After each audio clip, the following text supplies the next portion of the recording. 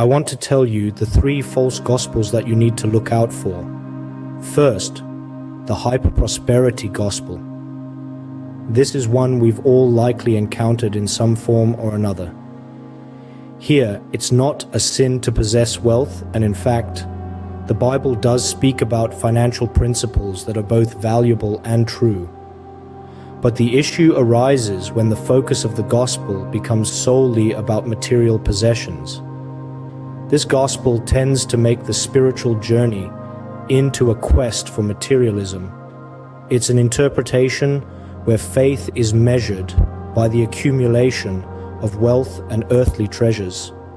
The message of love, compassion, and humility is lost, and instead, it becomes about how much you own, how much you can accumulate, and how that wealth can be flaunted.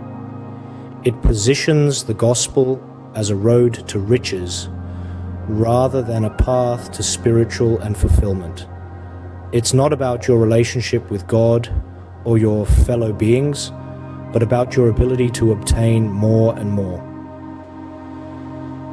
It turns your faith into a tool for acquisition, a means for materialistic gain, rather than a pathway to spiritual growth and understanding.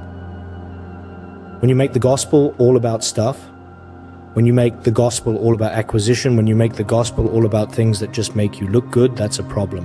Number 2 is the gospel of works. True believers should live a holy life.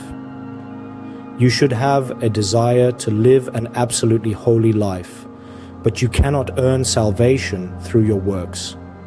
Genuine salvation produces good works, but good works will never ever produce salvation.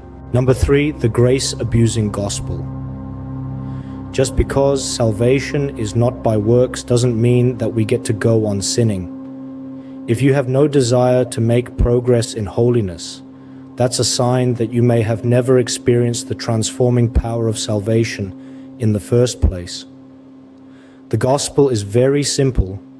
God made Christ, who never sinned, to be the offering for our sin, that we could be made right through Christ. Believe upon Christ today.